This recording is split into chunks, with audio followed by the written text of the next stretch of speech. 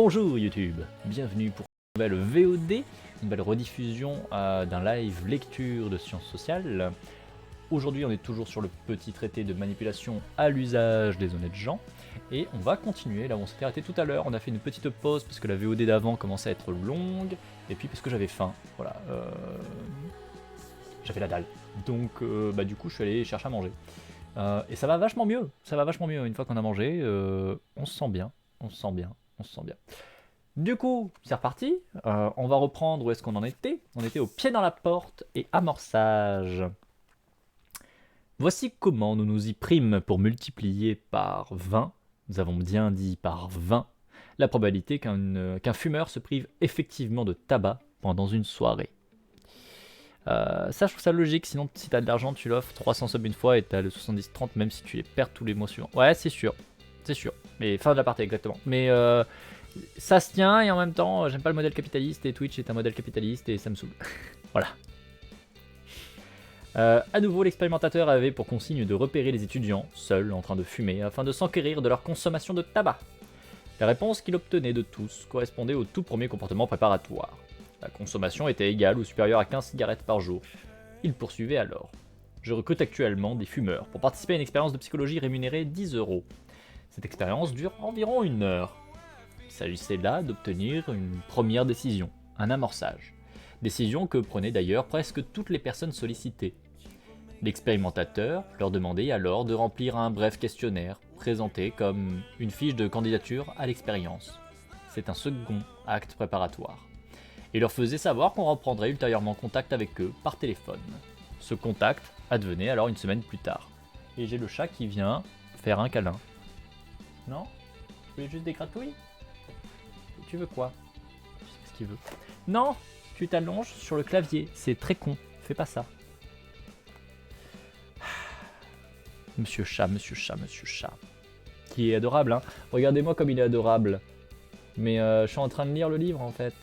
C'est pas... Mais il vient, il se pose comme ça. Là du coup j'ai dû encore décaler le clavier parce que sinon il va vous écrire des trucs dans le chat, hein. Tu viens lire les sciences sociales avec papa? Bah oui, il vient nous porter compagnie pour les sciences sociales, c'est trop cool. Du coup, je disais, ce contact advenait une semaine plus tard comme ce qui suit. Bonjour, je vous téléphone au sujet de l'étude sur le tabac pour lequel vous avez fait acte de candidature. Je voudrais d'abord vous dire que votre candidature a été retenue et vous propose un rendez-vous. En fait, l'étude se déroule en 2 temps. Vous devez donc vous rendre 2 fois au laboratoire. Une première fois en fin d'après-midi, à 6 h, et une deuxième fois le lendemain, entre 12 h et 14 h. La première fois pour environ une demi-heure, la deuxième fois pour un quart d'heure. Vous avez de quoi noter? Vous avez votre agenda sous les yeux. Quels sont les jours qui vous arrangent? Les étudiants sollicités n'étaient donc soumis à aucune pression. Pourtant, bien que la participation de l'expérience s'avéra plus coûteuse que prévu, puisqu'à la base on leur disait juste un truc, et donc là finalement il y en avait 2, 100% acceptèrent le double rendez-vous. La prise de rendez-vous résulte d'une nouvelle décision, qui est le fruit du premier amorçage. Les étudiants viennent d'apprendre au téléphone que leur décision initiale, qui était de prendre part à l'expérience, présente finalement un inconvénient certain. Mais cela ne les empêche pas de rester sur cette décision. Cette prise de rendez-vous a un statut de décision intermédiaire, ce qui confirme la première et qui prépare la prochaine. Le jour J, à 6 h de l'après-midi, les étudiants arrivaient donc au laboratoire. Ils étaient reçus par le chercheur qui, après les avoir remerciés, leur donnait 2 informations importantes. Informations qu'il avait soigneusement gardées par devers lui jusqu'à présent. C'est très con, pour toi peut-être. Oui, non, oui, c'est sûr que moi c'est ma vision du monde, hein, anticapitaliste et tout, hein, donc forcément. C'est sûr que c'est la mienne de vision. Vous n'avez pas du tout forcément à la partager, loin de là. Dans cette étude... Ah mais il y a encore un autre chat qui vient? Non mais vous pourrez pas tous... D'accord. Vous savez qu'il n'y a pas la place pour tous les chats, c'est pas genre le bureau des chats. Ah, je parlais du chat. Ah, oui. Bah écoute, maintenant j'en ai 2. Ça c'est mon verre, ne mets pas ton cul sur mon verre, putain.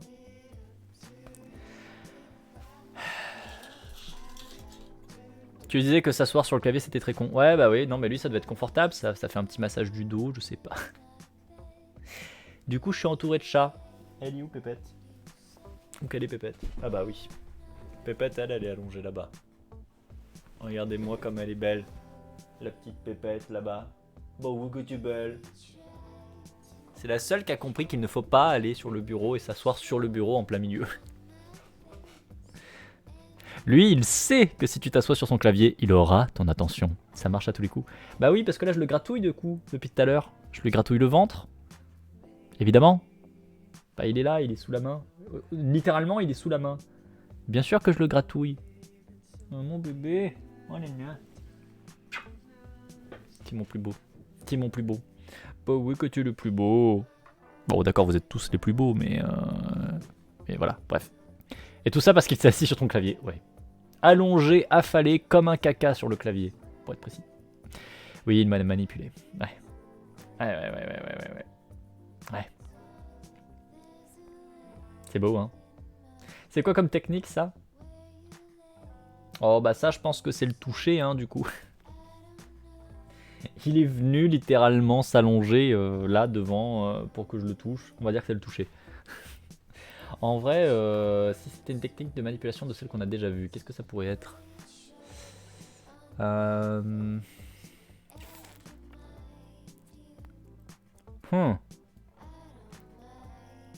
Alors on l'a pas vu, mais ça peut être un nudge. À mon avis, ça peut être considéré comme un nudge. Les nudges, en gros, c'est que tu adaptes ton contexte pour susciter un comportement. En l'occurrence, tu prends par exemple, c'est un truc qui est connu, hein, vous allez peut-être retrouver la référence. Vous prenez un escalier de métro, vous refaites les marches pour en faire des notes de piano, et vous mettez des baffles reliés à ça, ce qui fait que quand les gens marchent sur les notes du piano qui est l'escalier, ils font du piano. Et du coup, ils peuvent jouer des mélodies. Et vous allez voir que les gens vont commencer à jouer les mélodies. Et donc du coup, qu'ils vont prendre le temps de s'arrêter sur l'escalier et de jouer des mélodies avec l'escalier. Et bah ça, typiquement, c'est ce qu'on appelle un nudge. Et là, on peut un peu considérer que c'est ça, parce que le chat vient devant moi et s'allonge comme un gros caca tout autour de mon bras gauche.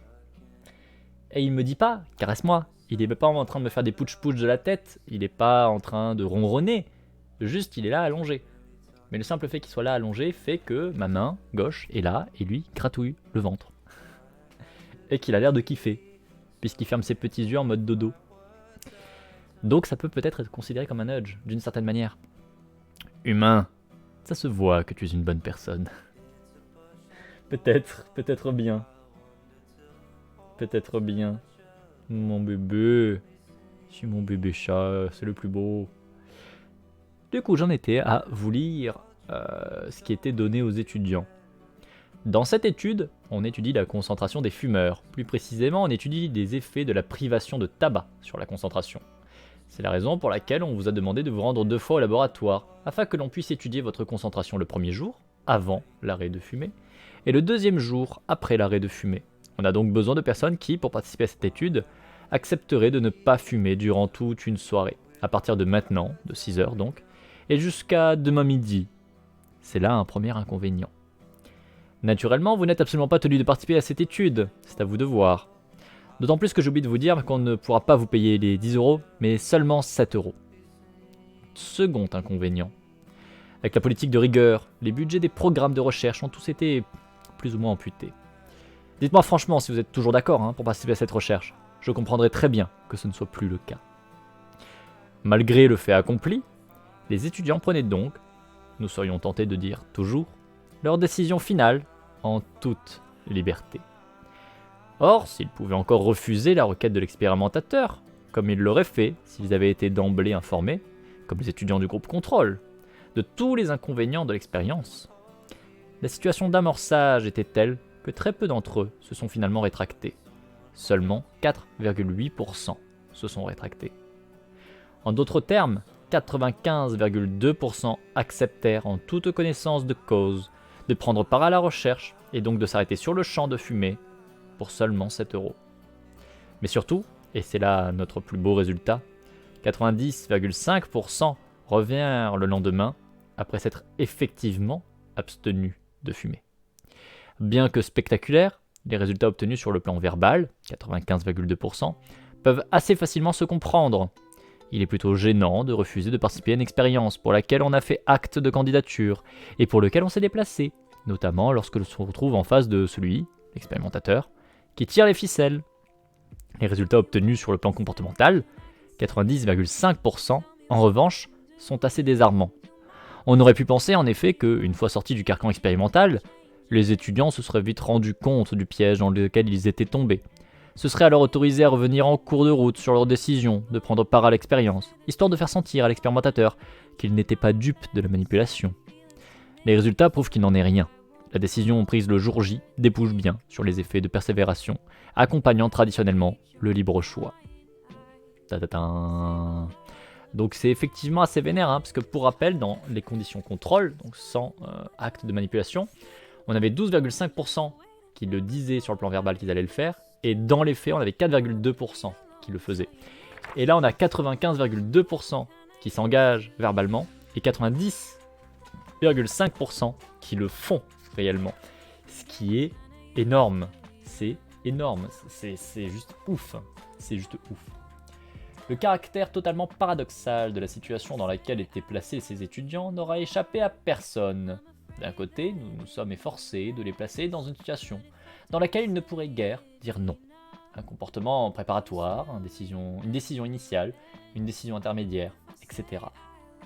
D'un autre côté, nous-mêmes, qui avions, comme ils le savaient, forgé leur chaîne, nous déclarions libres de se comporter comme ils le voulaient. Vous savez, de nouveau, le poids social. Factuellement, on te dit que tu as le droit de dire non. Socialement, tu ne vas pas dire non. Mais factuellement, on te dit que tu as le droit de dire non. C'est pourtant dans ce contexte de contrainte maximale que l'argument du libre choix se révèle, pour le coup, le plus engageant. Puisque tous les sujets, sauf un, donc 19 sujets sur 20, sont revenus le lendemain au laboratoire sans avoir fumé. Il y a là matière à réfléchir à l'utilisation qui peut être faite de la notion de liberté dans notre culture. À voir Beauvois en 2013. De façon générale, nous serions tentés de dire que lorsque l'agent qui nous contraint est celui-là même qui nous déclare libre, l'induction de liberté qui accompagne notre soumission est la plus engageante. Pour que les effets de persévération d'une décision n'aient pas lieu, il faudrait que celui qui décide de faire ce qu'on lui demande de faire ne soit pas engagé dans sa décision. Il faudrait alors qu'il soit apte à reconnaître qu'il n'était pas réellement libre de prendre cette décision. Bref, qu'elle lui a été simplement imposée. Pas facile dans nos sociétés libérales. La liberté, en effet, ne se refuse pas, même et peut-être surtout lorsqu'elle nous est offerte par qui nous contraint. Ainsi, on est conduit à cette soumission paradoxale qu'est la soumission librement consentie. Joue les Beauvois en 2009. Le taux de soumission obtenu dans la situation qui vient d'être décrite, Joule en 87 bis, débouche sur un effet de manipulation d'intensité ayant, à notre connaissance, peu d'équivalent dans la littérature scientifique. Nous reconnaissons volontiers qu'il est le fruit d'une stratégie particulièrement travaillée puisqu'elle a mobilisé 2 actes préparatoires de pied dans la porte. Donner sa consommation de tabac d'abord, remplir une fiche de candidature ensuite. Et un double amorçage, une décision préalable, prendre part à une expérience de psychologie, préparant une décision intermédiaire, se rendre 2 fois au laboratoire, elle-même préparant la décision finale, se priver de tabac. Ta-ta-ta. Du coup, c'est quand même rigolo ce qu'il vous met dans le paragraphe, notamment en vous disant tiens, c'est quand même rigolo, ce genre de recherche, ça fait réfléchir sur notre société, une société libérale où on te dit que si tu veux, tu peux, tout est le fruit de tes décisions, t'inquiète, ça marche. Quand par exemple en politique, vous avez des gens qui vont vous dire t'as qu'à voter si t'es pas content du système, sans mettre en avant que le système te propose toujours les mêmes candidats par exemple. C'est rigolo. C'est rigolo. Encore une fois, ils sont caustiques, les auteurs. Ils ont pas l'œil dans la poche. Ils voient bien des choses et ils n'hésitent pas à te le rappeler de temps en temps. Il te mettent un petit taclé, un petit truc, bon genre... Au fait, tu fais un parallèle avec ta vie ou pas? Non, parce que regarde, tu vois ça? C'est bon, tu vois le parallèle? C'est bien. Et toi, t'es là et tu fais non, oui, mais, fais chier. Fais un peu chier. Mais bon, faut faire avec, c'est quand même rigolo. 7 jours de réflexion. Pourquoi s'en tenir là? S'il est possible d'amener quelqu'un à s'arrêter de fumer durant une soirée, il doit être possible de l'amener à s'arrêter de fumer durant une période plus longue. Nous savons que l'obtention d'un comportement préparatoire peu coûteux rend plus probable l'obtention d'un comportement qui l'est davantage. C'est là le fondement d'une grande technique de manipulation, avec laquelle nous sommes maintenant familiarisés, le fameux pied dans la porte. Il est donc probable, conformément à la théorie de l'engagement, que l'obtention d'un comportement déjà coûteux rende à son tour plus probable l'obtention de nouveaux comportements encore plus coûteux. Après tout, si l'acceptation d'une première requête peu coûteuse a des effets engageants, il devrait a fortiori en aller de même de l'acceptation d'une seconde requête plus coûteuse. On devrait donc obtenir un effet boule de neige. L'acceptation par un sujet d'une première requête augmentant la probabilité qu'il en accepte une seconde, celle-ci augmentant à son tour la probabilité qu'il en accepte une troisième, et ainsi de suite. Mettre le doigt dans l'engrenage est l'expression populaire qui nous semble le mieux traduire un tel enchaînement. Ainsi, désignerons-nous par engrenage la procédure qui consiste à obtenir d'une personne plusieurs décisions successives dont les conséquences sont de plus en plus coûteuses. C'est dans cet esprit qu'une nouvelle expérience fut réalisée, encore une fois, à Aix-en-Provence. Joule en 89. Il s'agissait de voir si l'acceptation d'une privation de tabac de 18 heures pouvait ensuite déboucher sur l'acceptation d'une privation de plus longue durée, en l'occurrence, une privation de 3 jours. La procédure utilisée pour amener des fumeurs à s'arrêter de fumer durant 18 heures est strictement identique à celle que nous venons déjà de décrire. Nous y reviendrons pas. Cette décision sitôt prise, les sujets se voyaient proposer de participer, la semaine suivante, à une nouvelle expérience, nécessitant cette fois une privation totale de 3 jours. Bien entendu, compte tenu du caractère exorbitant d'une telle demande, pour quelqu'un fumant au moins 15 cigarettes par jour, nous avons jugé bon de faire savoir à nos sujets que la participation à cette expérience se rémunérait 30 €. 91,7% des étudiants acceptèrent notre proposition, contre seulement 25% de le groupe contrôle, groupe dans lequel les sujets étaient directement sollicités pour une privation de tabac de 3 jours rémunérée 30 €. Rationalisation en acte et effet boule de neige. Et là, pareil, vous voyez, vous avez de nouveau de la manipulation, parce que vous avez un chaton qui est devenu devant moi. Il n'est pas venu me faire de putsch-putsch sur la tête ou quoi que ce soit, non, il est juste venu là, se mettre entre mes bras, tout calme, tout posé, même pas il me regarde, et il sait très bien que je vais le gratouner. Ah mon bébé, pauvre oui.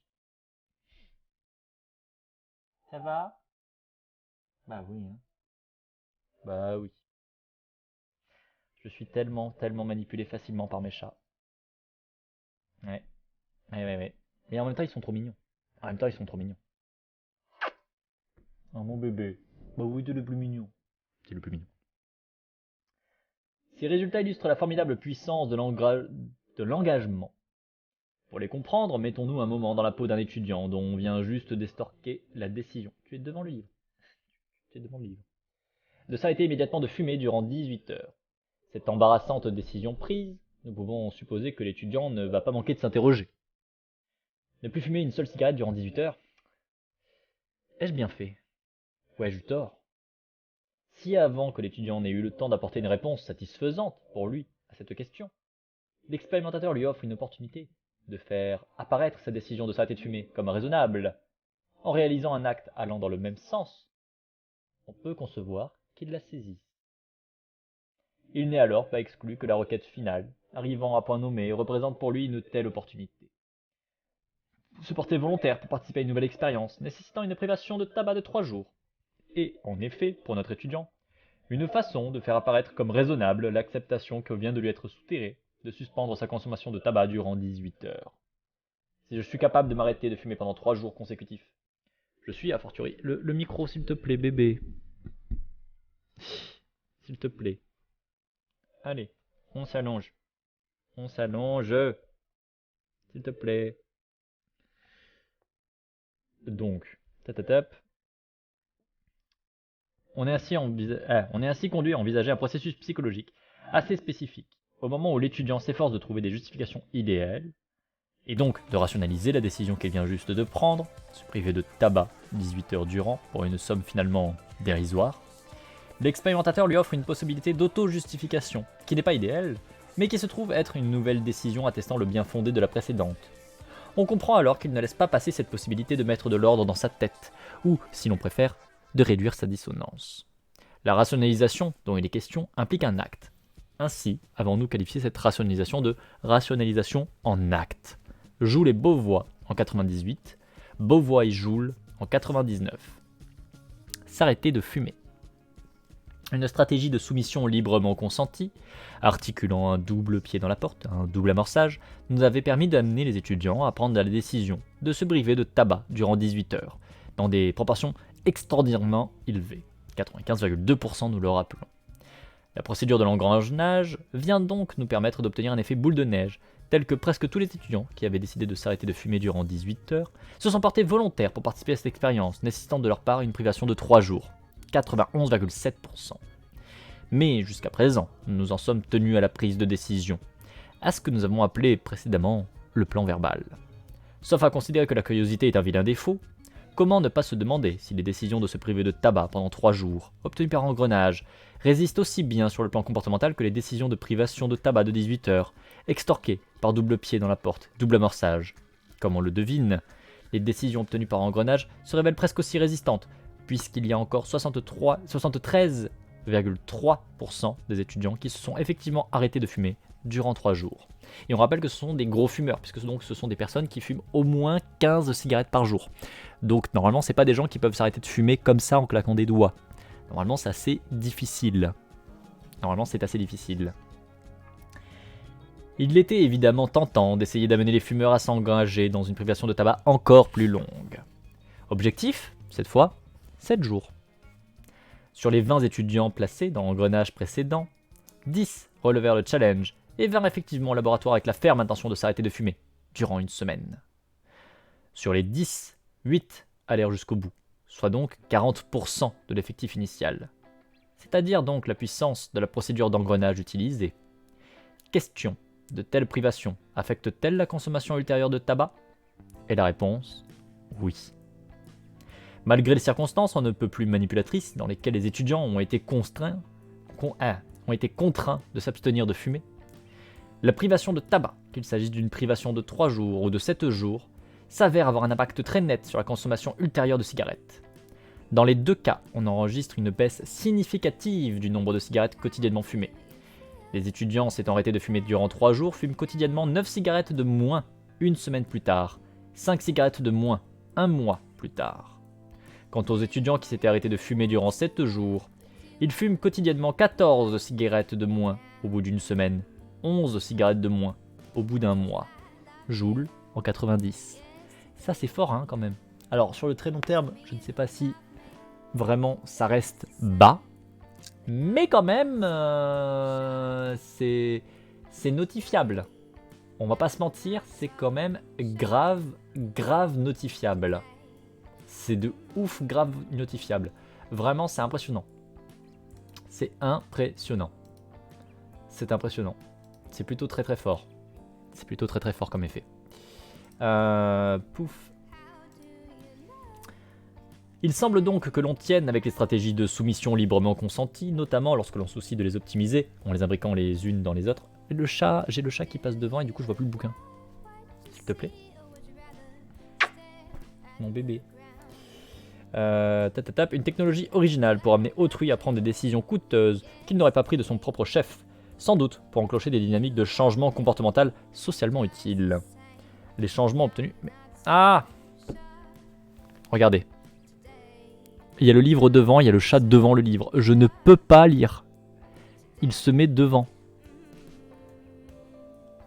T'es pas croyable? T'es pas croyable? Ça suffit?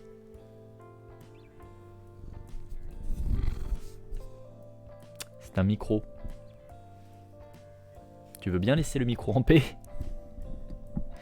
Mon chaton. Mon Dieu, mais... Et ça suffit? Je vais pas y arriver, hein. Je vais pas y arriver, hein. Et en plus, il me met des gros coups de queue. Mais ça suffit? Oh. Il est pas croyable. Ça suffit, ça y est, t'es calmé? T'as parlé fort dans le micro. J'ai sursauté de fou. Désolé, bah en fait c'est que le chat joue avec. Le chat est en train de jouer avec, alors du coup c'est un peu compliqué. Mais... S'il te plaît, chaton.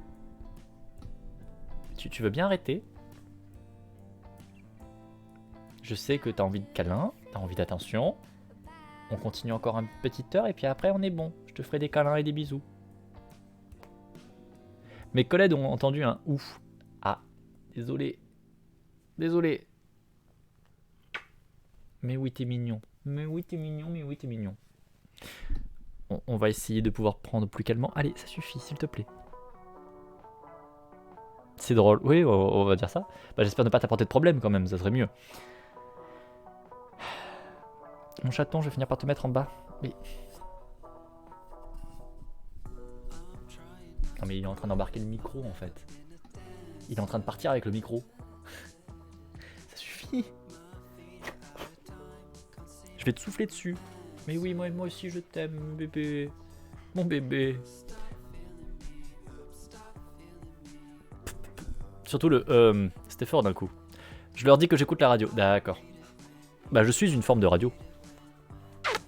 Allez. Mon bébé, je t'aime, mais tu me saoules. On va reprendre en ayant mis le chat en bas. Je disais donc... C'était ici. Les changements obtenus ici ont d'ailleurs de quoi subjuguer un tabacologue. Vu que je suis celle qui bosse le plus, elle ne se permettrait pas de me faire une remarque. Non, il vaut mieux pas. Ce n'est pas rien d'amener un fumeur à réduire sa consommation quotidienne de tabac de plus de 50% pendant un mois. Ce n'est pas rien, surtout lorsque l'on sait que les étudiants qui ont pris part à cette recherche n'avaient, en arrivant le jour J au laboratoire, ni l'intention de se priver de tabac, ni l'intention de réduire leur consommation. D'ailleurs, personne ne leur a demandé de moins fumer, au terme de la recherche. Et pourtant, ils l'ont fait librement. Et ça, c'est beau. Ça, c'est beau. Je vais reculer un tout petit peu le micro. Tac. On va le mettre plus par là. N'hésitez pas à me dire, hein, si comme le chat a bougé le micro, vous me dites hein, si vraiment le son est fort. Bah oui, c'est ça qui est beau. C'est ça qui est beau, c'est que tu prends des fumeurs qui fument au moins 15 cigarettes par jour. Tu leur as pas demandé de réduire la consommation. Ils n'avaient pas l'intention de réduire leur consommation. Ils n'avaient pas l'intention d'arrêter de fumer. Et pourtant, tu as une réduction effective, après ça, de leur consommation. Et notamment, ceux qui ont accepté de faire les 40% qui ont accepté de faire l'étude jusqu'au bout, celle qui te fait arrêter de fumer pendant 7 jours, réduisent en moyenne leur consommation de 14 cigarettes par jour. Ce qui est énorme.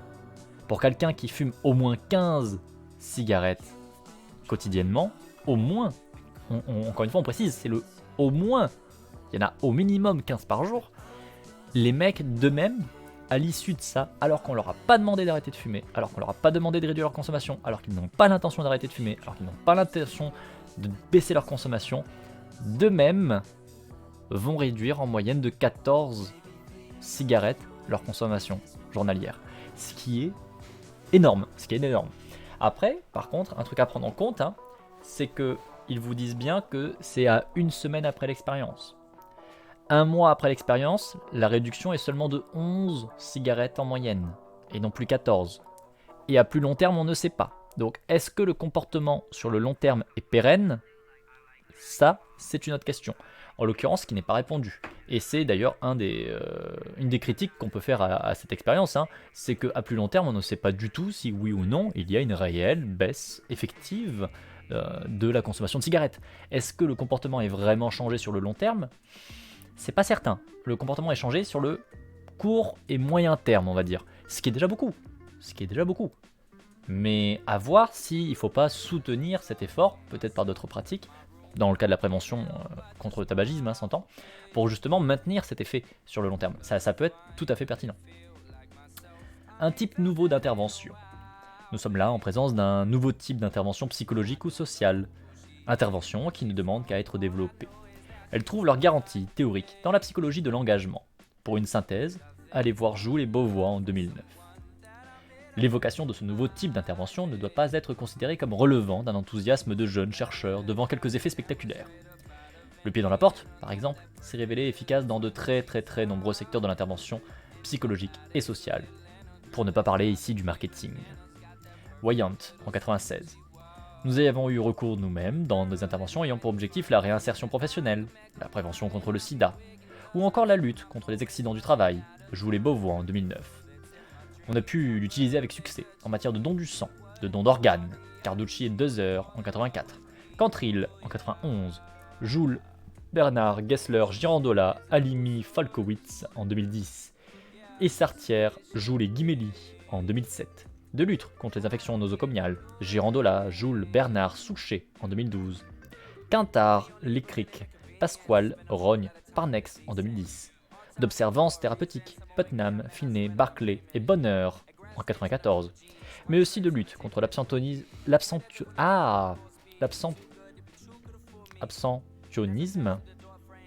électoral. Oui, abstentionnisme électoral. Waro et Joule en 2001. Deschamps, Joule et Goumi en 2005. Et de lutte contre les accidents de la route. Geller, Kalcher, Rudd et Lehmann en 89. Son application dans le domaine des économies d'énergie, Palac et Cummings en 76, Beauvois et Joule en 2000, Joule et Bernard en 2004. De la protection de l'environnement, Wang et Katsev en 90, Joule, Bernard, Halimi, Falkowitz en 2008. Ou encore en ce qui concerne l'aide financière aux grandes causes, Wayant en 84. Est aujourd'hui classique. D'autres, enfin, ont souligné l'intérêt du pied dans la porte dans les relations d'aide psychologique. Sharklin, Mahalik, Claiborne en 89. Et qu'on ne nous dise pas que les effets d'engagement s'estompent avec la lumière du jour. Certains chercheurs ont prouvé que de tels effets pouvaient perdurer jusqu'à plusieurs mois, sans qu'on ait à les entretenir. Bah justement, ça c'est la critique que je vous disais, c'est là, avec ces expériences-là, on ne voit pas sur le long terme, sur le très long terme, sur plusieurs mois plus tard. Est-ce qu'il y a toujours un effet? Est-ce que ça s'estompe ou pas? Et là, a priori, vous avez donc une étude, Geller, Kalcher, Rudd et Lehmann en 89, qui ont montré que même plusieurs mois après, il y avait toujours un effet, alors qu'on n'est pas venu entretenir, qu'on n'est pas venu remettre, on va dire, une technique de manipulation pour continuer à provoquer le comportement qu'on a manipulé. Quelquefois même plus d'un an après l'intervention. Coburn, Porter, Lemming, Dwyer en 95, Boyce et Geller en 2000. Pour une synthèse, Girandola et Roussio en 2003. Ce type d'intervention psychologico-sociale relève directement des techniques qui sont l'objet de cet ouvrage et pourraient à ce titre être taxées de manipulatoires. Soit. Mais ces nouvelles formes d'intervention le sont-elles vraiment davantage que les formes d'intervention plus traditionnelles, dont les ficelles échappent le plus souvent à ceux qui les tirent? Nous verrons bientôt, chapitre 9, que ce n'est pas le cas. Ok. Et bah du coup, fin du chapitre, et on passe au prochain chapitre. Ah, et bah j'ai des travaux qui se déclenchent, c'est vachement bien.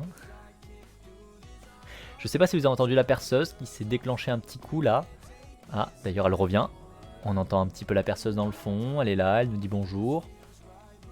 J'espère que vous l'entendez pas trop sur le chat, parce que pour le coup c'est pas très agréable.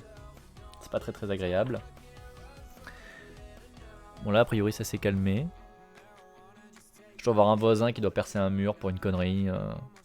Pas forcément, parce que j'ai pas vu de truc de travaux ou quoi quand je suis sorti tout à l'heure. Bon, ma foi, on verra si ça revient. Donc chapitre 8. Ah, et là il y a des petits coups de sève. Ah mon dieu, quel enfer.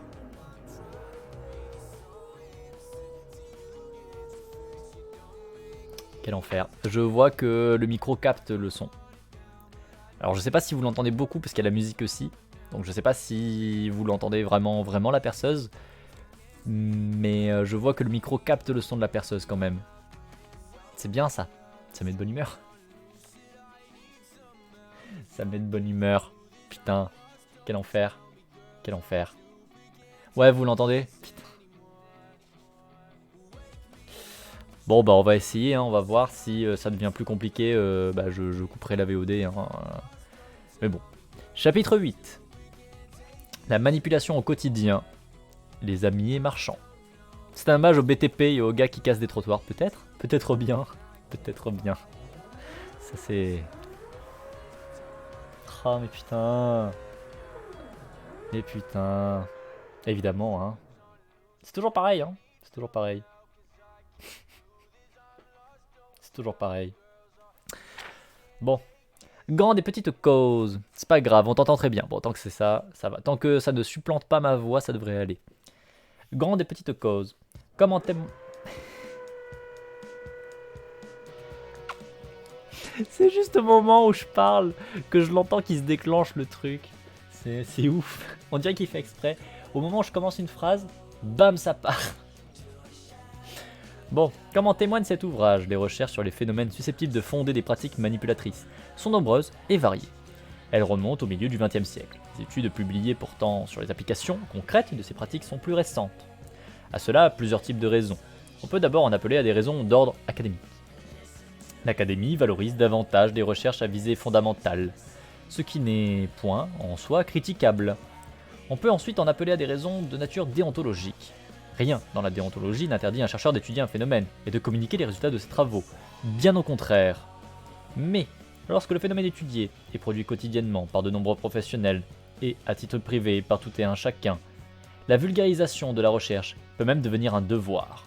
Le passage à l'application est plus délicat, surtout lorsqu'il s'agit d'influencer les gens en douceur. Là, fort heureusement, la prudence s'impose. Il est donc probable qu'un certain nombre de chercheurs n'aient pas tenu à orienter leurs recherches vers des possibles applications. Ces raisons académiques et déontologiques ne sont rien à côté des raisons d'ordre idéologique.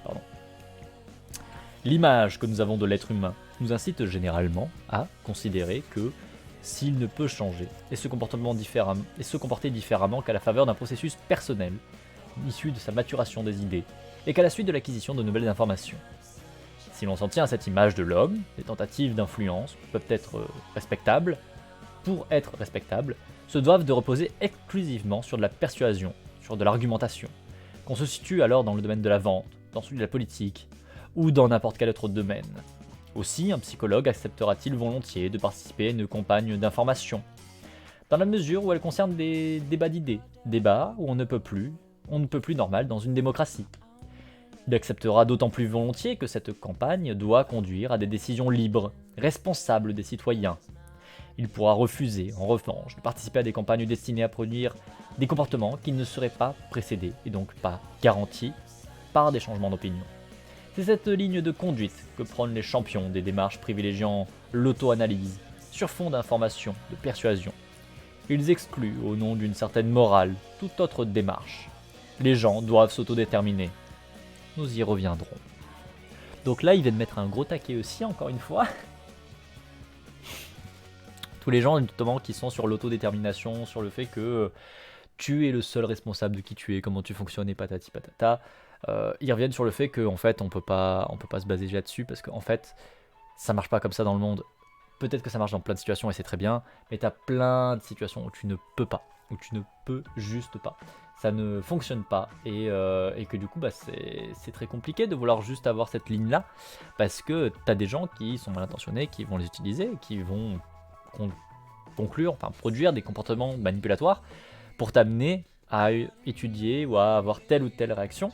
Et le problème, c'est que si tu ne viens pas justement à un moment donné étudier ces comportements, si tu ne viens pas expliquer comment ça fonctionne, tu peux pas t'en protéger et c'est très très très problématique du coup. À ces raisons peuvent être associées d'autres raisons tout aussi plausibles. Elles procèdent des règles du marché. Nul doute en effet que les techniques décrites dans cet ouvrage sont utilisées, et le sont de plus en plus, dans le monde du commerce, et de façon plus générale dans le monde de l'entreprise. Il faut savoir qu'un nombre non négligeable de recherches, notamment en matière de pied dans la porte, sont régulièrement publiées dans le Journal of Marketing Research, dans Psychology and Marketing, ou encore dans l'Academic Management Review. Application, donc, il y a. Et si elles n'ont pas toujours fait l'objet de publications, c'est parce qu'elles relèvent de la confidentialité marchande. On conçoit très bien qu'un directeur commercial d'une grande entreprise préfère ne pas faire connaître à ses concurrents les méthodes de vente qu'il a élaborées à l'aide d'un expert rémunéré, à la hauteur de son expertise. Quoi qu'il en soit, les recherches appliquées, publiées à ce jour, sont suffisamment nombreuses pour qu'on puisse légitimement voir dans les techniques de soumission librement consenties des outils qui sont véritablement efficaces. Ces outils, on peut l'imaginer, ont été mis au service de causes diverses, nobles et moins nobles. Pour synthèse, je vous les Beauvois, en 2009. Donc là, encore une fois, ils reviennent sur ça, sur le fait qu'il y a un gros côté hypocrite, dans le fait où, d'une part, tu as des académiciens qui vont dire non, il faut pas aller enquêter sur ça, il faut pas aller regarder la boîte de Pandore, quoi.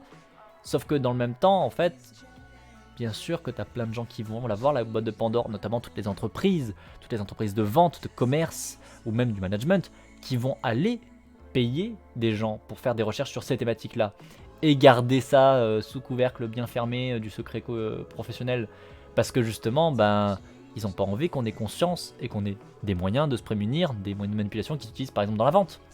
Et que du coup c'est vraiment extrêmement hypocrite de dire non non il faut pas aller chercher là-bas, faut pas aller montrer comment ça fonctionne, alors qu'on sait qu'il y en a plein qui le font et qu'ils sont pas super bien intentionnés forcément.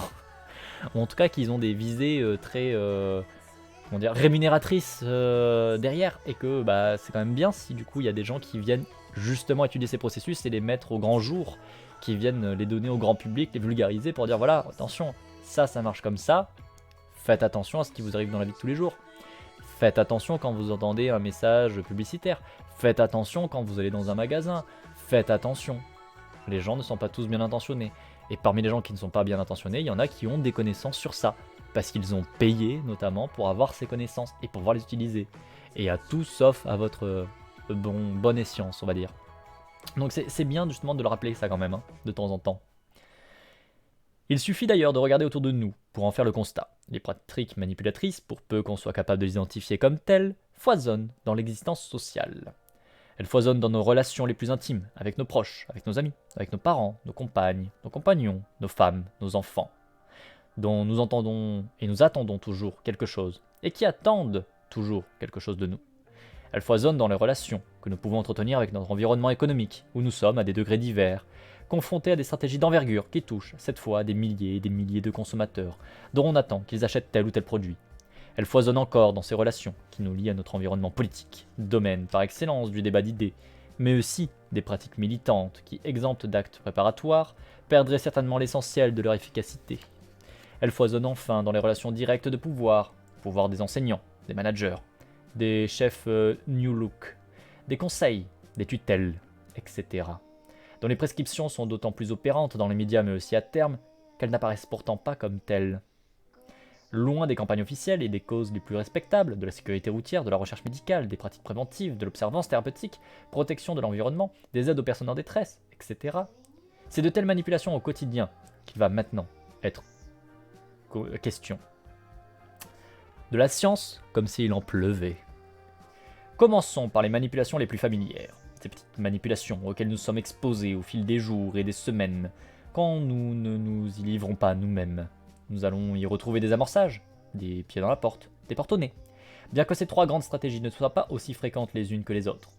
Nous négligerons le pied dans la bouche, ou les autres, mais vous êtes libre d'eux, dont la profusion rend toute exemplification assez inutile. Seule la porte-au-nez ne semble pas encore être tout à fait entrée dans les mœurs. Mais peut-être est-ce dû au fait que nous ne nous défendons que rarement des bonnes causes, ou, plus sérieusement, qu'elles cadrent assez mal avec nos intuitions premières. Qui aurait idée, hormis quelques camelots, quelques négociateurs de métier, d'amener quelqu'un à lui dire non pour préparer un oui qu'il attend. L'amorçage est autrement plus naturel, mais il a des limites de la légalité, quand ce ne sont pas celles de la morale. Il est un point en effet au-delà duquel le retard dans l'énoncé de la vérité devient ou de la publicité mensongère, ou de l'abus de confiance, ou même dans des cas limites de l'escroquerie, autant de délits qui peuvent conduire en justice. Un exemple. Vous entrez pour essayer cette ravissante petite robe en soie noire au prix affiché de 75 €. Le reflet de votre silhouette dans la cabine d'essayage vous souffle que la taille est bonne, que la coupe semble avoir été faite pour vous. Rapidement, votre décision d'achat est prise et vous vous dirigez vers la caisse. Imaginez qu'à ce moment-là, et à ce moment-là seulement, le responsable de la boutique vous fait savoir, surmontant sa gêne, que hélas, le prix affiché n'est pas le bon. Le prix de cette robe s'élève en réalité à 105 €.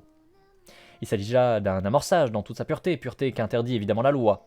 Celle-ci vous autorisant même à emporter la robe après avoir réglé 75 €. Et ce n'est que juste retour des choses. Si de tels amorçages sont parfaitement illégaux et répréhensibles, d'autres, qui n'en diffèrent pas sensiblement, ne le sont point. Ainsi, si vous savez ouvrir l'œil, vous en rencontrerez quelques-uns, ici ou là. Souvenez-vous de ces stratégies de vente automobile, dont parlait dès 73 Carlson. Mais c'est de loin le pied dans la porte qui est l'enfant chéri des manipulateurs. Il vient aisément à l'esprit, et il n'est pas interdit par la loi. On comprend qu'on ne s'en prive donc guère. Arrêtons-nous sur chacune de ces trois grandes stratégies de manipulation, que sont la porte-au-nez, l'amorçage et le pied dans la porte, afin d'en envisager des déclinaisons, qui sont les plus usuelles ou les plus efficientes. La porte-au-nez. Les exemples de porte-au-nez canoniques ne manquent pas, et nous en connaissons tous. Certains d'entre nous se sont peut-être retrouvés un jour dans la situation suivante. Un ami endetté vous demande de lui prêter une somme exorbitante, et il le sait, très au-dessus de vos moyens. Il est normal d'aider un ami dans l'embarras, mais là, vraiment, vous ne pouvez pas. Et vous éprouvez vous-même de l'embarras. En bon stratège, il vous offre alors l'opportunité de sortir de votre propre embarras en ajoutant « Si tu pouvais me dépanner, mais 100 euros, 120 euros, tu me rendrais quand même un vrai service. » Et vous lui prêtez 150 euros avec bonheur.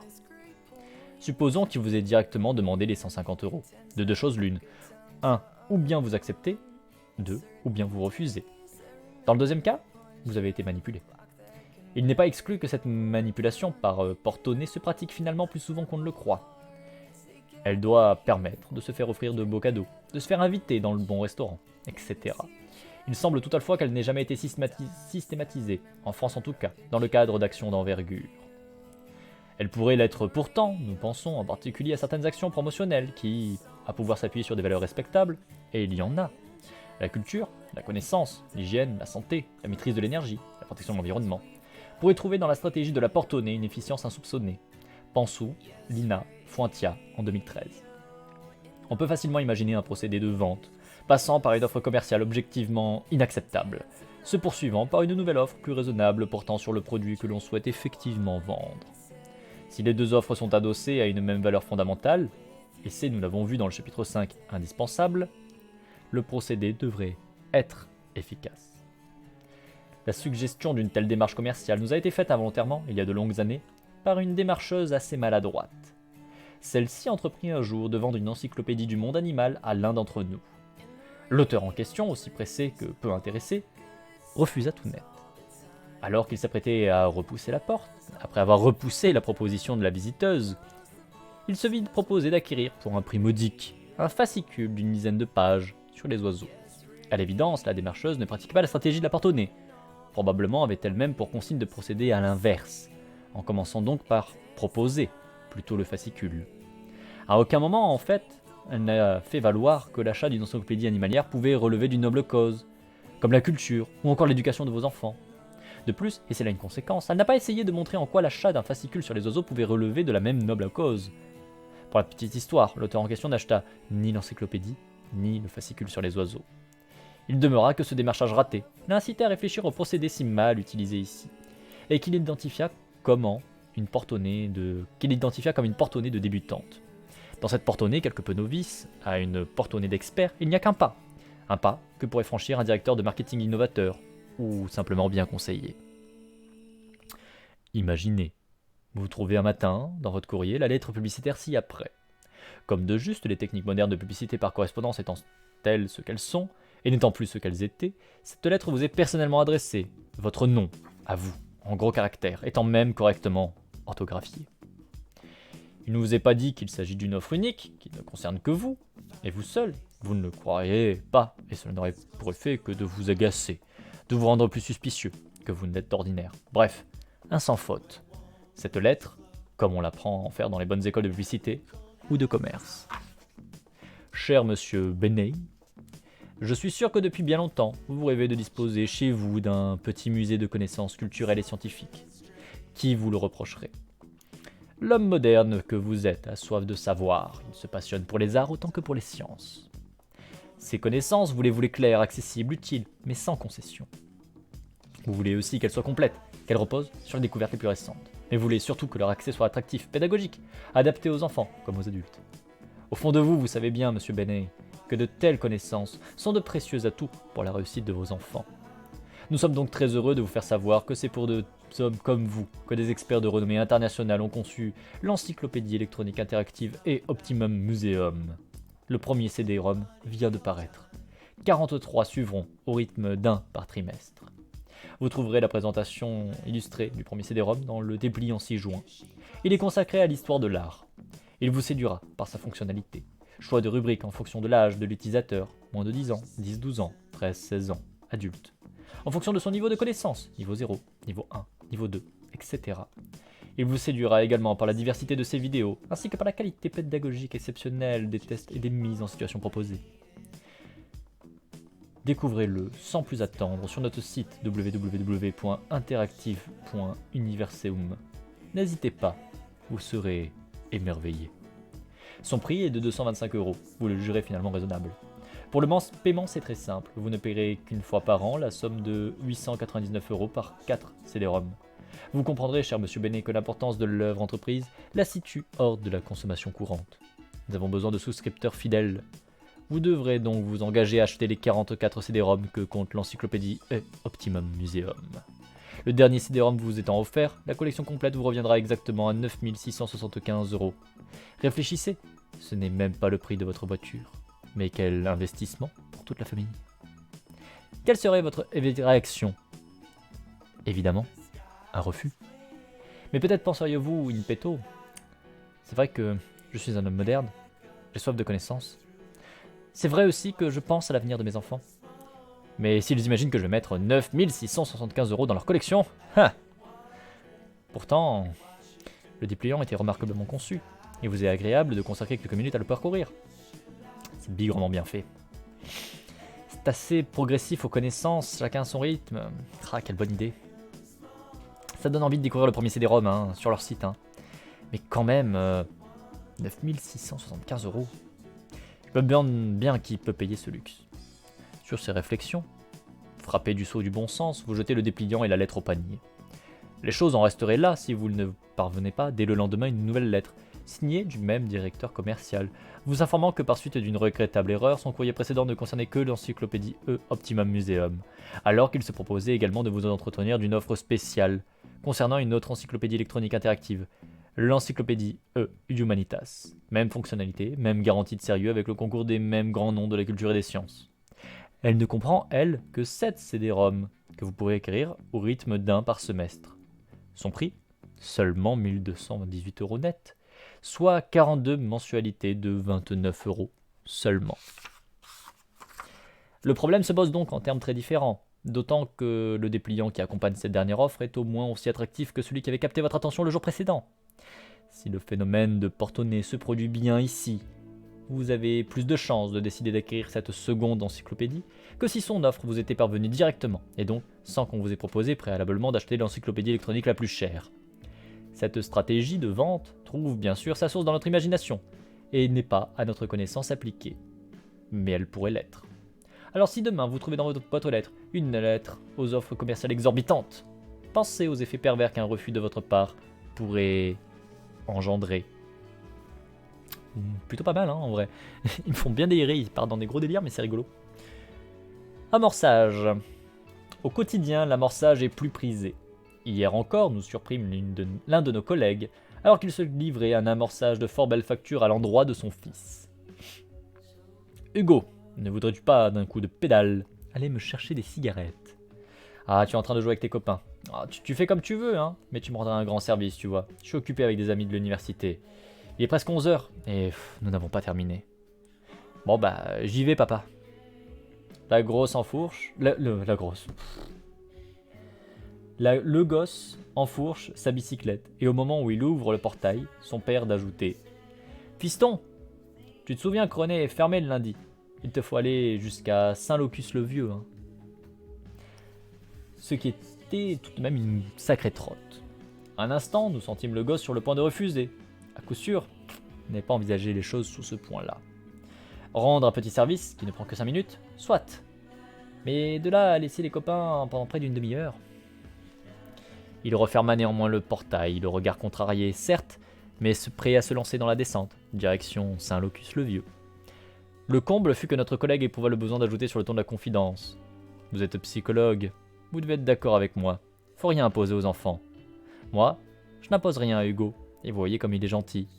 Il fait toujours ce qu'il doit faire. Psychologue, assurément nous le sommes, mais d'une autre espèce. Nous le traitâmes de fiefé manipulateur et nous le renvoyâmes illico au chapitre 2 du présent traité. Ça c'est beau. Cet exemple n'est en fait qu'un cas particulier d'un type d'amorçage très fréquent. Ces amorçages qui débutent par une petite et innocente question, à laquelle on ne peut finalement que répondre oui, sauf à passer pour de mauvais coucheurs. Coucheurs? Ce qui n'est jamais très agréable. C'est quoi l'expression de mauvais coucheur? Je connais pas, ma foi, c'est pas grave. Tu voudrais bien faire quelque chose pour moi, ou pourrais-tu me rendre un petit service? Le service en question peut-être. Aller chercher le vin à la cave, prêter un bouquin. Mais ça peut être aussi aller chercher les enfants à la sortie de l'école, quand ce n'est pas consacré son samedi à un déménagement. Si vous avez répondu oui, et si ce qui vous est demandé vous pèse, il vous faudra bien d'une manière ou d'une autre sortir de cet amorçage, non sans risquer l'inimité. Vous vous rendrez alors compte combien il est plus difficile de sortir de tels amorçages que de les éviter, en répondant à la question initiale, non plus par un oui serein et convivial, mais par des phrases comme « ça dépend de la nature du service », ou encore comme « t'attends quoi exactement ?» ou encore un « c'est quoi comme service ?» Je réponds toujours comme ça, hein. Personnellement, je réponds jamais par un oui franc et massif, hein. Moi je vous dis toujours pourquoi pas, c'est quoi exactement. Et après on voit. Lorsqu'elle s'inscrit dans des actions d'envergure, la technique de l'amorçage donne lieu à toute une palette de manipulations, allant des pratiques franchement malhonnêtes à des pratiques dont le caractère répréhensible est plus discutable. Ceux qui ont été l'objet de pratiques malhonnêtes s'en souviennent généralement longtemps. Pensant à ces aoûtiens parisiens qui ont effectué leur réservation par internet, appâtés par une jolie petite annonce. Somptueuse villa, une vue imprenable sur la mer, dans une coquette petite ville de Provence. Déconvenue le 1er août, la coquette petite ville s'avère être en fait située dans la banlieue industrielle d'une métropole, et la somptueuse villa n'a de somptueux que son prix de location. Mais bon, ne soyons pas trop de mauvaise langue, par temps clair il arrive que l'on puisse apercevoir la mer, là-bas, au-delà, derrière les cheminées. Pensons aussi à ces offres alléchantes mises en avant par certaines compagnies de tourisme, ou encore à ces offres d'emploi mirobolantes qui fleurissent ici ou là. Les unes comme les autres réservent parfois de réelles surprises. Que de telles pratiques soient malhonnêtes, qui pourrait en disconvenir? Si elles sont condamnables ou sanctionnées par la loi, c'est parce qu'elles poussent à l'amorçage, à ce point extrême où il devient de l'abus de confiance. L'individu amorcé n'ayant plus alors vraiment la possibilité de revenir sur sa décision initiale, après avoir eu connaissance des inconvénients que pourtant elle comporte. On objectera peut-être que l'aoûtien peut toujours renoncer à sa location, mais c'est alors prendre le risque de gâcher complètement ses vacances, d'avoir dépensé pour rien le prix du voyage, de devoir recourir à des solutions plus onéreuses, autant d'éléments qui font qu'il n'a plus vraiment le choix, que l'amorçage est devenu une escroquerie. La limite est étroite entre le caractère incontestablement frauduleux de ces pratiques, et le caractère plus tolérable de certaines choses. Prenons le cas d'un affichage publicitaire. Presque 14 heures, vous êtes au volant de votre voiture depuis le matin, votre estomac vous dicte de passer à table. Vous n'avez pas le temps de lire attentivement une affiche qui propose un menu touristique à 19 €. Un coup d'œil dans le rétroviseur, un coup de frein à demi-tour. Une fois garé, vous prenez le temps de lire correctement l'affiche. Au bas de celle-ci, en petit caractère, on vous apprend que le prix de 19 € ne comprend ni les vins ni le café. Vous vous en doutiez un petit peu. Ce dont vous vous doutiez moins, vous ne l'apprenez qu'une fois assis, et après vous êtes lavé les mains. Le menu touristique pour lequel vous vous êtes arrêté n'est servi que jusqu'à 13h30, et vous devez vous rabattre sur la carte. Bien sûr, personne ne vous oblige à rester, mais c'est prendre le risque de ne rien trouver d'ouvert plus loin. Et c'est de toute façon accepter d'avoir perdu 20 bonnes minutes. Quelle différence sur le fond avec la mésaventure de notre aoûtien. Comme lui, vous n'avez pas vraiment le choix. Vous risquez finalement de vous retrouver devant une lotte à l'armoricaine à 28 €. Somme que vous n'aviez absolument pas l'intention de dépenser pour le déjeuner. Cette pratique de restaurateur est fréquente. À y regarder de près, la plupart des annonces soulignant les avantages d'un produit ou bien dans le but de donner envie à un client potentiel de venir s'informer, s'inscrivent peu ou prou dans un processus d'amorçage. Ce n'est en effet que lorsque le client aura pris la décision de s'informer, voire de s'engager dans un comportement d'achat, qu'il découvrira que la voiture qui l'intéressait est, option comprise, plus chère qu'il ne le pensait, à moins qu'il n'ait à attendre 3 ou 4 mois avant de pouvoir en disposer dans la couleur de son choix. Il se peut qu'il apprenne encore que cet appartement qu'il était sur le point d'acquérir se trouve à proximité de la future bretelle d'autoroute, ou encore que le plan de financement, qui lui paraissait si avantageux, ne pourra pas hélas lui être consenti. Il s'agit là d'amorçage. L'individu entend, lit une publicité pour un produit, un bien, dont les avantages l'incitent à passer de la curiosité à l'information, quand ce n'est pas déjà à prendre une décision implicite d'achat. Et il n'apprend qu'ensuite le coût réel de l'investissement envisagé. Est-on loin de la situation dans laquelle les étudiants de Caldini et ses collaborateurs étaient placés lorsqu'ils apprenaient au tout dernier moment que le test qu'ils venaient de choisir ne valait pas 2 heures de crédit comme ils le croyaient, mais une seulement? Comme ces étudiants, les clients potentiels pourraient bien avoir tendance à rester sur leur décision initiale. Et l'opération commerciale sera réussie. La manipulation, elle aussi. Dans les exemples précédents, si on retrouve bien ce retard dans l'énoncé de la vérité caractéristique de l'amorçage, On retrouve aussi une autre caractéristique importante de l'amorçage. Il n'y a pas de tromperie sur la nature du produit. Son coût, au sens large, est seulement modifié durant la transaction. Mais il est le cas où l'annonce faite au client concerne en définitive un produit fantôme. Il y a cette fois bel et bien tromperie sur la nature du produit, ou plutôt, que de parler de l'amorçage, mieux vaut parler alors de l'heure. N'est-ce pas le cas pour ces pratiques d'appel qui consistent à appâter le client potentiel avec le prix cassé d'un produit qui ne sera finalement plus disponible en magasin lorsque vous viendrez vous le procurer? Dans la vitrine, habilement mise en valeur, un superbe pantalon à 49 €. Vous entrez, bien décidé à profiter de l'occasion, et on vous informe courtoisement que votre taille n'est plus disponible. Il ne reste que des 34, des 46, des 48.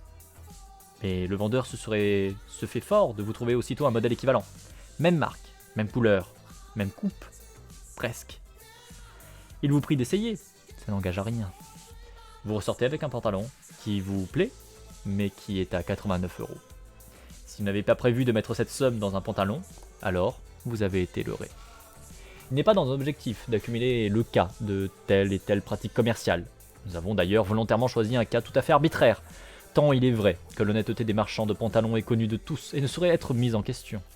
Si par extraordinaire il vous arrivait demain de ne pas trouver dans une boutique la taille de pantalon en promotion pour laquelle vous êtes entré, dites-vous juste que vous êtes arrivé 5 minutes trop tard. Réjouissez-vous pour celui qui, juste avant vous, a fait une bonne affaire. Pourtant, en dehors de la confection, il doit bien exister quelques leurres susceptibles de conduire à des achats autrement plus onéreux que celui d'un pantalon. Encore une fois, un petit tacle gratuit mais présent. C'est bien, il perd pas le nord. S'il est un commerce dans lequel nous sommes certains que les leurres abondent, c'est bien celui de la conjugalité. La discrétion ici nous oblige à ne parler qu'à demi-mot. Notre collègue pédagogue, longtemps père célibataire, finit par mal supporter sa solitude sentimentale, d'autant plus que ses intuitions psychologiques le confortaient dans la certitude qu'il fallait désormais une mère à Hugo. Ce n'est donc pas par hasard qu'il fut attiré. Moi j'ai des solutions ne portant plus de pantalon. C'est une solution. Mais j'avoue que moi j'aime bien les pantalons. Ce n'est donc pas par hasard qu'il fut attiré la nuit tombée par l'enseigne scintillante d'une agence matrimoniale. Le chant des sirènes. Un furtif coup d'œil aux alentours lui fit savoir que personne ne le regardait. Il s'autorisa, par conséquent, à se rapprocher de la vitrine. Là, il prit conscience que les âmes sœurs ne manquaient pas. 2 annonces en particulier semblaient avoir été rédigées spécifiquement pour lui. L'une, jolie professeure de 31 ans, bien faite, sportive, non fumeuse, divorcée, sans enfant, désespérément seule, mais capable d'aimer l'homme qui lui redonnera confiance. Et une autre, jeune femme, séduisante, 28 ans, pleine de vie, aimant l'équitation et le tennis, lasse d'aventure, cherche stabilité auprès d'un homme doux, enfant accepté. Il passait de l'une à l'autre, ne pouvant s'empêcher de les relire avec fébrilité. C'est que lorsqu'il les sut par cœur que notre collègue sut aussi forcer sa timidité, et peut-être sa pudeur masculine, pour pousser la porte et entrer. Il faut dire que l'aventurière, lasse mais suffisamment compréhensive pour accepter les enfants, lui paraissait une chance à ne pas manquer. Une aventurière lasse, c'est autre chose qu'un pantalon. Malheureusement, elle venait juste d'être enlevée par un officier de marine. Quant à la jolie professeure non fumeuse, le dossier la concernant ne plaidait pas vraiment en sa faveur. Mariée, divorcée 3 fois, moins de 31 ans, ça peut donner à réfléchir. Après avoir pris le temps de consulter son fichier, le responsable de l'agence lui propose alors, à notre collègue déçu, de rencontrer celle qui allait devenir quelques mois plus tard, pourtant, la femme de sa vie. Entre nous, c'est la femme la plus insupportable que nous ayons jamais connue. Avec ses airs de grande dame, ses foulards en mohair sentant la naphtaline. Oh, pauvre Hugo. Comme quoi, un leurre peut quelquefois se transformer en piège abscon, et un chant de sirène en un naufrage abyssal. N'est pas Ulysse qui veut. Ça doit faire quelques mois que j'en ai pas mis un, mais je mens, j'en ai mis un pour aller se faire vacciner. Ah bah voilà. Et bah voilà. Bon, il tape un peu vénère sur une pauvre dame. C'est gratuit un petit peu quand même là. S'il est facile de trouver dans la vie ordinaire des stratégies qui s'apparentent à l'amorçage ou au leurre, ces stratégies n'ont généralement pas la pureté de celles qui sont étudiées au laboratoire. Je vais revenir parce que ça me chiffonne en fait. Je trouve que c'est vraiment pas très malin la manière dont il présente les choses. Notamment avec sa pudeur masculine. Il y a des trucs, la manière d'écrire, là, la manière de présenter me dérange un peu. Je trouve que ce n'est pas très malin. Mais bref. Il y a un petit relent patriarcal pourri en fait, je trouve. Mais bon. Les stratégies mises en œuvre dans les exemples qui viennent d'être évoqués ne sauraient être tenues pour des amorçages ou pour des leurres académiques. Elles impliquent en effet non pas un mais plusieurs comportements préparatoires. Ainsi, l'automobiliste amorcé par un menu touristique à 19 € n'a pas seulement pris la décision initiale de s'arrêter pour déjeuner à ce prix, il a encore freiné, fait demi-tour, il s'est levé les mains, s'est installé, peut-être même a-t-il commandé un rafraîchissement avant d'apprendre que le menu touristique ne pourrait pas lui être servi. Quant à notre collègue, il n'a pas seulement pris la décision de rencontrer, et plus si affinité l'aventurière lasse, il a encore pris le risque, moins facile à assumer qu'on ne l'imagine, dans une ville moyenne, d'être surpris dans une agence matrimoniale. Dans les deux cas, la décision initiale a donc déjà donné lieu à un début de concrétisation.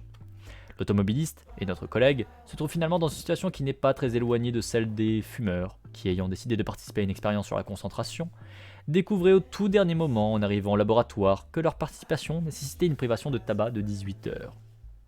Or, souvenons-nous, chapitre 7, la stratégie d'amorçage utilisée avec les fumeurs n'était en rien canonique. Elle reposait sur un fait accompli, sur plusieurs actes préparatoires. Ainsi, peut-on se demander si cette forme complexifiée d'amorçage n'est pas, en définitive, plus conforme aux stratégies de manipulation, couramment pratiquées dans la vie de tous les jours, que les formes pures d'amorçage initialement étudiées par Cialdini et par ses collaborateurs. L'anecdote qui va suivre va nous permettre de faire le lien entre les stratégies de manipulation qui s'inspirent de l'amorçage et celles qui s'inspirent du pied dans la porte. Le pied dans la porte. Revenons en arrière. Le gosse de notre collègue est sur le point de s'élancer dans la descente pour aller acheter à Saint-Locus-le-Vieux des cigarettes dont son père ne peut se passer. « Où vas-tu, Hugo ?» C'est la nouvelle femme de notre collègue qui l'interpelle d'une voix sirupeuse. « À Saint-Locus-le-Vieux, chercher les cigarettes pour papa. »« À Saint-Locus-le-Vieux ? Attends, tant que t'y es, mon chéri, tu peux rapporter du pain, 2 baguettes bien cuites. Prends aussi 4 belles tranches de jambon de pays, ça m'évitera de sortir, je suis encore en peignoir. Je te donne l'argent, ça te dérange pas trop, j'espère. » Le regard doublement contrarié, le gosse soupire mais prend l'argent. Cette fois, c'est sa matinée qui est réellement fichue. La stratégie de l'amorçage et celle du pied dans la porte se trouvent ici emboîtées. Distinguons bien les deux. 1. Lorsque Hugo accepte d'aller d'un coup de pédale, chercher les cigarettes pour son père, en ignorant que le coût réel du service. En l'occurrence, faire 2 fois 6 km, et non pas 2 fois 800 mètres. Il ne peut pas accepter d'aller chercher les cigarettes et refuser pourtant de se rendre à Saint-Locus-le-Vieux. Il n'y a qu'un seul comportement en jeu, acheter un paquet de cigarettes, faisant suite à ces 2 décisions. L'une prise avant, et l'autre prise après avoir eu connaissance de son réel coût. La décision finale a donc bien été obtenue par amorçage. Mais cette décision n'implique en rien que Hugo rapporte en outre le pain et le jambon à sa belle-mère. En logique et en droit, il pourrait accepter d'aller chercher les cigarettes de son père, et refuser de faire les courses à la place de son épouse. La stratégie manipulatrice par laquelle l'enfant a été conduit à rendre service à sa belle-mère repose donc sur un autre processus que celui de l'amorçage, puisqu'il met en jeu 2 comportements distincts. L'acceptation du premier n'impliquant pas celle du second. Nous avons donc plutôt affaire à un processus de pied dans la porte. Le premier comportement, l'acceptation d'aller chercher des cigarettes à Saint-Locus-le-Vieux, a la fonction d'un comportement préparatoire prédisposant l'enfant à accepter que le second, acheter le pain et le jambon. Toutefois, la stratégie dont Hugo a été le jouet ne peut pas être confondue avec une stratégie de pied dans la porte classique. Et pour cause. Le pré-comportement, lui, déjà coûteux, sans doute même tout autant que le second. D'ailleurs, ce premier comportement a lui-même été obtenu par manipulation, si bien qu'au bout du compte, l'enfant a fait l'objet de 2 manipulations en cascade, l'une de la part de son père, l'autre de la part de sa belle-mère. Cascade illustrative de ce que nous avons appelé un effet boule de neige. Assurément, au quotidien, les utilisations qui peuvent être faites de la technique du pied dans la porte n'atteignent qu'occasionnellement un tel niveau d'élaboration. Celles que l'on rencontre le plus souvent sont, en effet, assez simples. Nous avons dit précédemment que le pied dans la porte était l'enfant chéri des manipulateurs, tant cette stratégie semble prendre le pas sur les autres dans la vie ordinaire. Il est vrai que le pied dans la porte présente, pour un manipulateur honnête, un avantage qui n'offre ni la porte au nez, ni l'amorçage, ni le leurre. C'est celui de pouvoir se pratiquer de bonne foi, sans avoir donc le moins du monde conscience de se livrer à une manipulation sur autrui. De quoi dormir sur ses 2 oreilles. N'est-il donc pas naturel de demander à la voisine qui nous a si gentiment ramené le journal, plutôt qu'à toute autre voisine, de bien vouloir en sortant du travail, faire un détour pour passer prendre ses enfants à l'école. De telles pratiques semblent aller de soi dans au moins 2 secteurs importants de notre vie de tous les jours. Les relations d'aide, bien sûr, la garde des enfants, des animaux, le prêt d'outils, d'objets divers, l'arrosage des plantes, quand ce n'est pas du jardin, entremise, etc.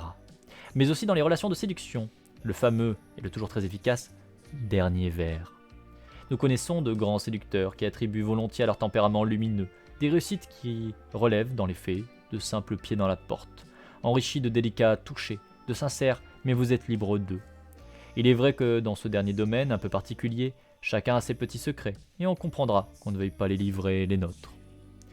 À côté de ces pieds-là, de ces pieds dans la porte, que nous pratiquons tous, en toute innocence, on trouve des pieds dans la porte plus professionnels, qui requièrent pour leur part une intention délibérément manipulatrice. Ainsi en est-il des pieds dans la porte commerciaux. Certaines méthodes de vente ne manquent pas d'ingéniosité. Vous entrez pour acheter un pantalon, en solde. Aucun leurre, on vous l'amène aussitôt. Vous passez la cabine d'essayage, vous le trouvez à votre goût, vous décidez donc de l'acheter. Mais ce n'est qu'au moment où vous sortez votre carte bancaire que, sans insistance aucune, le vendeur vous suggère d'essayer la veste qui va avec. Elle n'est pas soldée, mais pourquoi refuser de l'essayer? Elle tombe bien, et forme avec le pantalon un ensemble plutôt saillant. Vous ressortez avec un costume dont vous n'aviez pas besoin.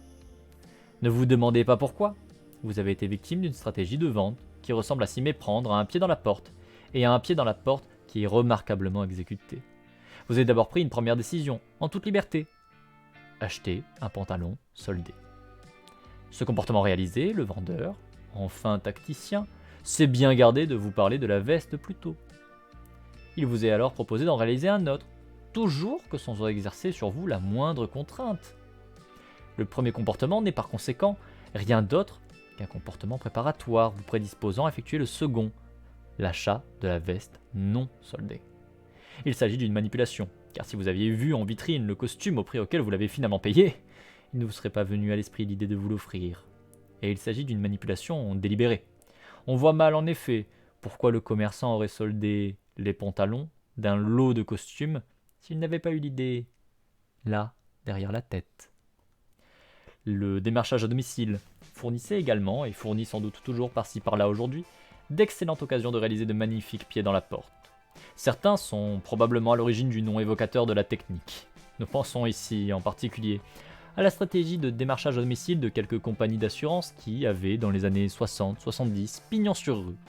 Écoutant par exemple le discours d'un responsable commercial d'une de ces compagnies, expliquant à des démarcheurs néophytes la façon dont il convenait selon lui de s'y prendre pour placer un contrat d'assurance incendie.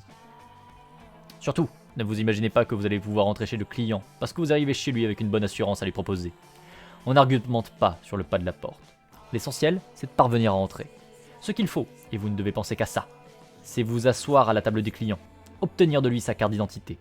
Si vous y parvenez, vous avez gagné. Vous deviendrez très vite de bons vendeurs. Pour cela, je vous invite à utiliser cette méthode. Elle a fait sa preuve, et elle est parfaitement adaptée au quartier dans lequel vous allez démarcher. En premier, vous allez repérer le nom du client sur sa sonnette, à défaut sur sa boîte aux lettres. Deuxième point, vous allez sonner. Troisième point, vous vous présentez. Bonjour, je suis Monsieur Latour de l'Office du Logement. Je suis chargé de vous voir. Lorsque vous êtes entré dans ces lieux, vous avez dû signer un contrat de location dans lequel il était stipulé que vous deviez assurer contre l'incendie. Eh bien, monsieur, je suis ici pour régulariser votre situation. Vous permettez? Évidemment, vous avez repéré une table, une chaise pour vous asseoir. Vous ne devez pas hésiter. Il vous faut foncer. Une fois assis, vous sortez vos dossiers sans empressement. Vous demandez une pièce d'identité. Si le client vous l'attend, c'est simple, c'est gagné. Moi, je veux aller travailler en pige, en kigurumi. Oui, ça peut être bien. En vrai, on serait posé, hein. Si on se prenait pas la tête sur les tenues vestimentaires, qu'est-ce que ça serait bien. Mais c'est ça. T'imagines, t'as un emploi de bureau, tu viens, tu te mets ton petit plaid et tout, en mode balérin. Ah, qu'est-ce que c'est bien ça. Qu'est-ce que ce serait bien. Parce que comme si le fait d'être en vêtements particuliers allait rendre ton travail plus efficace ou moins efficace. Ça n'a pas de sens. Il n'y a qu'un seul cas où ça a du sens. À partir du moment où vous êtes modèle. Où du coup, il faut avoir des vêtements adaptés au projet. Qui est logique, puisque du coup, vous êtes modèle. Mais en dehors de ça, dans n'importe quel travail ou presque, vous pouvez venir en mode balérin en vrai. Hein. C'est voilà, un besoin de sécurité, typiquement. Si vous avez besoin d'avoir des chaussures de sécurité et compagnie, parce que vous êtes sur des chantiers, que vous êtes dans des températures, voilà. C'est le seul cas où c'est logique. Mais sinon, normalement, vous devriez être comme vous voulez. Ça serait tellement plus intelligent, vous serez tellement mieux, quoi. Enfin bref. Bref. Je continue. Cette façon de mettre un pied dans la porte a bien sûr beaucoup vieilli. On lui préfère aujourd'hui des techniques plus souples, plus conformes à l'image résolument moderne que l'on se plaît à donner à l'activité de commercial. Si l'intimidation et les spoofs hussards ont maintenant disparu, ce qui est discutable, hein, mais ok, il faut toujours mettre un pied dans la porte. On y parvient alors par des moyens plus élégants, plus raffinés. L'une des techniques les plus courantes ces dernières décennies a pour point de départ un grand prix, un concours, un tirage auquel vous avez décidé de participer ou plus souvent encore auquel vous n'avez même pas choisi de prendre part. Dans les deux cas, on vous apprend par un courrier, par un mail, par un appel téléphonique, que vous êtes l'heureux gagnant d'un lot qui peut être plus ou moins mirobolant. Vous participez, par exemple, à un concours organisé par le consortium des foie gras bas normands. Quelque temps plus tard, vous recevez un coup de téléphone personnalisé. Monsieur Palombe, bonjour Monsieur Palombe, comment allez-vous aujourd'hui? Vous allez bien? Vous m'envoyez ravi. Ah, je suis heureux de vous faire savoir que vous avez gagné notre concours une somptueuse lithographie. Je suppose que vous êtes content d'avoir gagné. Je souhaiterais que nous prenions rendez-vous afin que je puisse vous l'offrir.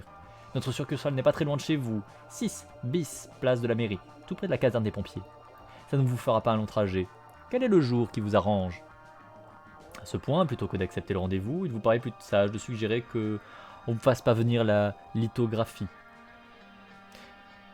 Il se passe tellement de choses aujourd'hui que la méfiance est devenue pour vous un réflexe. Ce n'est pas parce qu'elle s'appelle Palombe qu'on est forcément un pigeon. Nullement désappointé. Coucou Kira! Merci à Robots86 de m'avoir offert un abonnement. Bonjour. Merci effectivement à Reboots qui avait offert 6 mois d'abonnement de souvenirs.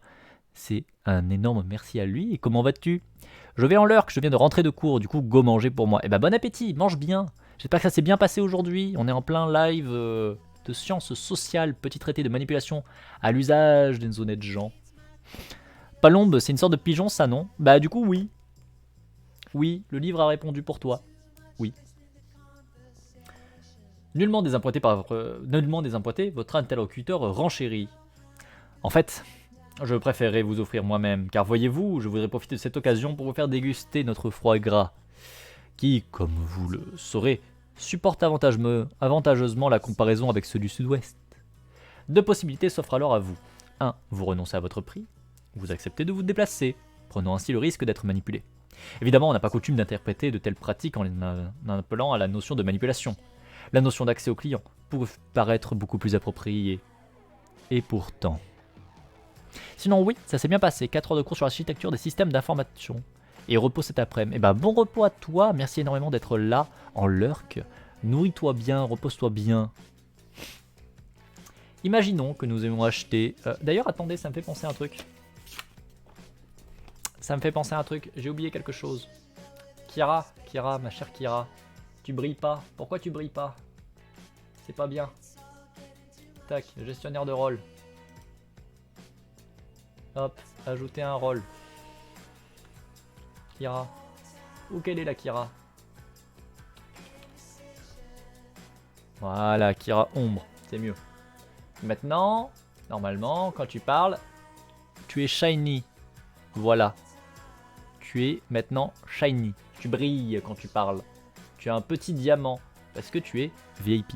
Donc je le permets de rappeler encore et toujours, hein, quand vous avez quelqu'un qui est VIP, c'est parce que c'est un ou une streameuse et que j'estime que son travail est de qualité.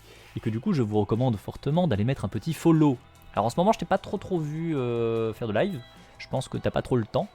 Mais néanmoins, n'hésitez pas à aller mettre un petit follow. C'est toujours bien, c'est toujours gentil. Ouais, c'est un peu compliqué, ouais, je me doute. T'as eu pas mal de changements en peu de temps, donc forcément, ça complique les choses. J'y compte bien, et bisous, beau gosse aux beaux cheveux. Oui, c'est vrai que j'ai des beaux cheveux, hein. Ils sont beaux mes cheveux, hein. Vous avez vu, ils sont beaux mes cheveux, hein. J'aime beaucoup mes cheveux. Voilà, pardon. J'aime mes cheveux. Je tiens à le préciser, j'aime beaucoup mes cheveux. J'en étais où? Imaginons que vous ayez acheté 6 médaillons de foie gras bas normand lors de votre passage au magasin. De multiples raisons ont pu vous y conduire, mais pourtant, 3 d'entre elles nous semblent plus probables que les autres. 1. Parce qu'on vous avait fait un cadeau, vous vous êtes senti en retour dans l'obligation d'acheter. 2. Parce que le démonstrateur a su vous convaincre de l'excellent rapport qualité-prix de ses produits, ou encore parce que vous les avez trouvés meilleurs que les produits concurrents, vous avez décidé d'acheter le foie gras à bas normand. 3. Parce que le fait, en tant que tel, de vous être rendu en toute liberté dans une succursale du consortium des foie gras bas normands, vous avez prédisposé à acheter, ce jour-là, du foie gras. C'est parce que tu le vaux bien, oui. Les théories courantes de l'activité commerciale tableront volontiers sur les deux premières de ces explications. Pour rester sur notre exemple, le directeur commercial du consortium des foie gras bas normands, qui a conçu le programme marketing, a certainement une théorie justifiant les pratiques de ses démonstrateurs. L'important, c'est d'entrer en contact avec le client, afin de le convaincre de la qualité des produits que l'on souhaite le voir acquérir. Quant à son idée d'offrir un cadeau, elle ne tombe pas du ciel. La même théorie présuppose aussi qu'il est plus facile de convaincre un client si on se présente à lui sous un jour agréable. L'offre d'une lithographie sert donc, là, à créer un contexte positif propice à la vente. L'essentiel reste toutefois de pouvoir argumenter. En somme, les concours, les tirages, les autres grands prix ne sont rien d'autre qu'un moyen de se faire connaître. En créant d'entrée de jeu une image positive de l'enseigne, partant de disposer d'un accès aux clients dans les conditions les plus favorables à la persuasion. Ce travail commercial réalisé, le client est ou pas sensible aux arguments développés et apprécie ou pas les produits présentés. C'est lui qui finalement décide de ce comportement d'achat. Il n'y a pas là de quoi casser trois pattes à un canard. Comment voir dans cette pratique de vente l'ombre d'une manipulation?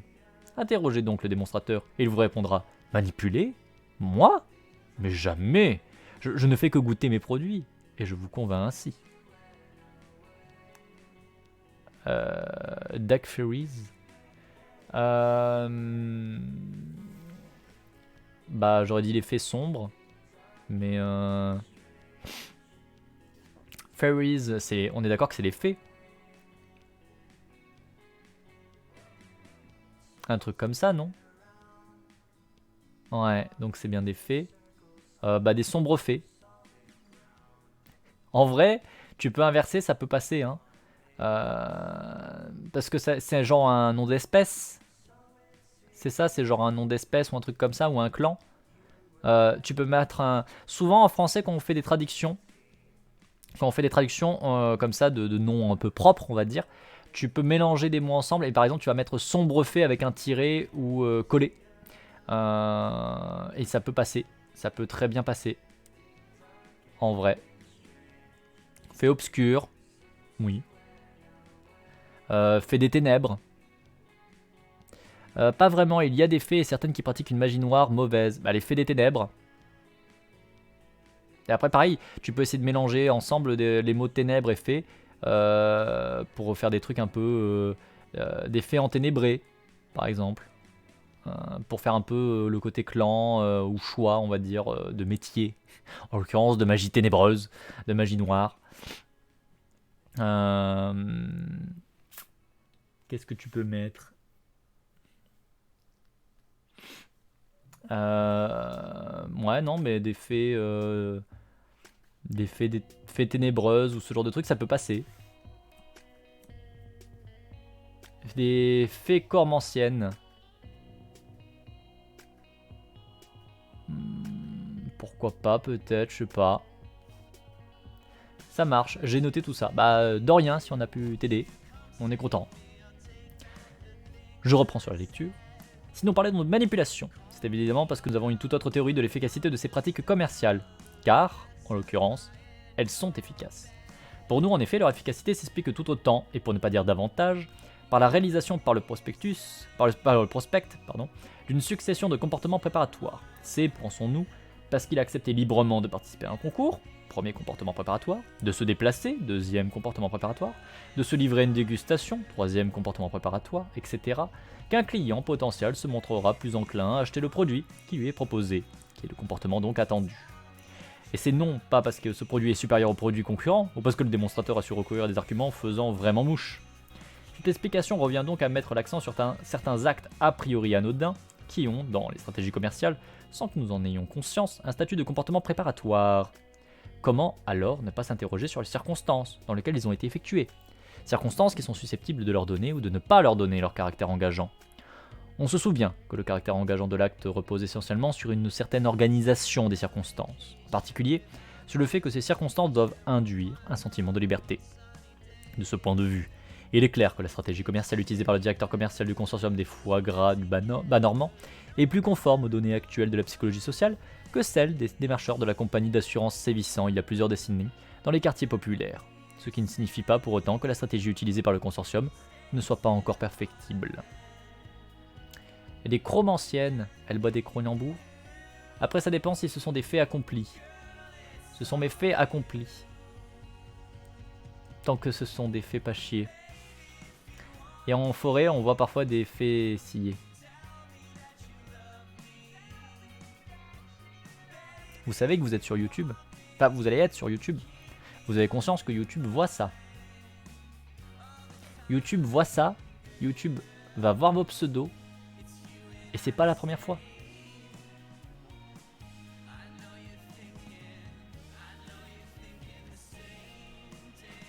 Voilà. Voilà. Réfléchissons. La lithographie que vous avez gagnée peut être une œuvre d'art d'une valeur ou une reproduction à fort tirage que vous laisserez moisir à la cave. Si vous acceptez en toute connaissance de cause d'aller chercher cette lithographie, vous serez moins engagé dans le premier cas que dans le second. On ne refuse pas facilement une œuvre d'art de valeur, et à ce titre, la décision de vous rendre dans un magasin de foie gras pour la récupérer vous paraîtra être simplement dictée par les circonstances. On peut à l'inverse facilement refuser une reproduction industrielle. Si vous décidez néanmoins d'aller la chercher, votre décision vous paraîtra bien plus libre. Attention, ce n'est donc pas parce que la lithographie a peu de valeur, et que vous le savez, que vous aurez moins de chances d'acheter le foie gras avant de repartir chez vous. Cette mise en garde, pour être aux antipodes du sens commun et des théories commerciales qui s'en inspirent, n'en est pas moins strictement conforme à la théorie de l'engagement. Aussi, un commercial avisé aura-t-il davantage insisté lors de son premier contact avec vous, au téléphone donc, sur le caractère somme toute assez ordinaire de la somptueuse lithographie, que sur son exceptionnelle valeur. Il vous aura tenu en outre un propos plus proche de la vérité.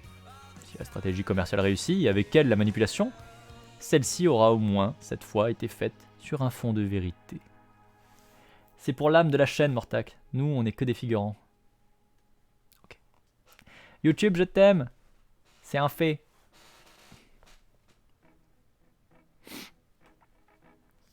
C'est beau. On est donc, en tant que consommateur, très fréquemment soumis à des pieds dans la porte commerciaux. Il semble pourtant que les professionnels qui les mettent en œuvre n'en aient pas toujours la bonne théorie. Ils ressentent bien la nécessité de passer par l'obtention de petits actes préalables au comportement d'achat escompté. Par exemple, essayer un échantillon gratuit, écrire pour demander... Écrire pour demander une documentation, acheter le premier livre d'une collection à prix cassé, participer à un concours, etc. Mais ils aiment avoir dans la force de leurs arguments de vente et dans la qualité de leurs produits l'efficience de leur démarche. Ce faisant, ils négligent souvent les circonstances dans lesquelles ces actes préalables sont effectués, ce qui leur confère, ou qui ne leur confère pas, leur statut de comportement préparatoire engageant. Vous voulez un exemple ? À l'entrée d'un supermarché, c'est un grand classique, une attachée commerciale, les ongles, le sourire, le tailleur éclatant, offre un échantillon d'un nouveau produit. Aujourd'hui, c'est une petite savonnette Eureka que les clients se voient offrir. Mais elle aurait pu procéder différemment. Pourquoi ne pas plutôt faire savoir aux clients qui pénètrent le magasin qu'ils peuvent, s'ils le désirent, prendre sur la table des présentations situées à quelques mètres devant eux, une petite savonnette Eureka, évidemment gratuite. Cette nouvelle méthode n'est guère plus chronophage. Certes, c'est courir le risque de ne pas voir tous les clients prendre l'échantillon. Mais est-ce un si grand risque ? Ceux qui le prendront, probablement la quasi-totalité, réaliseront alors un acte décisionnel, en toute liberté. Véritable comportement préparatoire, les prédisposant à acheter la savonnette. Ne soyez pas étonnés alors si la campagne de promotion se montre autrement plus efficace. Ça fait un petit moment déjà qu'on est en VOD, en vrai, non ? Ah oui, ça fait 2 heures. Petite fougère de YouTube, on va s'arrêter là. Alors j'ai un problème, ma main est prise. J'ai ce souci-là. Je peux pas bouger la main. Il a l'air bien, il a l'air posé. Je crois qu'il dort sur mon bras. Mais il est mignon tout plein. Ah, il a bougé la tête. Ah, je peux bouger le bras. Ah, merci. Ah là là, ce petit chaton mignon. Du coup, petite fougère de YouTube, j'espère que tu as apprécié cette rediffusion. Donc encore une nouvelle partie du petit traité de manipulation de conclu. On se rapproche de la fin, hein. Plus que 80 pages. Plus que 80 pages. Et on aura fini. Et puis bah, on va s'arrêter là. Ah, bah, en plus, la goupille part. Bah voilà. On dit qu'on arrête pour YouTube et la goupille part. Voyez comment c'est. Bon, j'espère que ça va pas pour un truc grave. Mais du coup, en tout cas, des bisous, petite fougère de YouTube. À très bientôt. Ciao, ciao, ciao.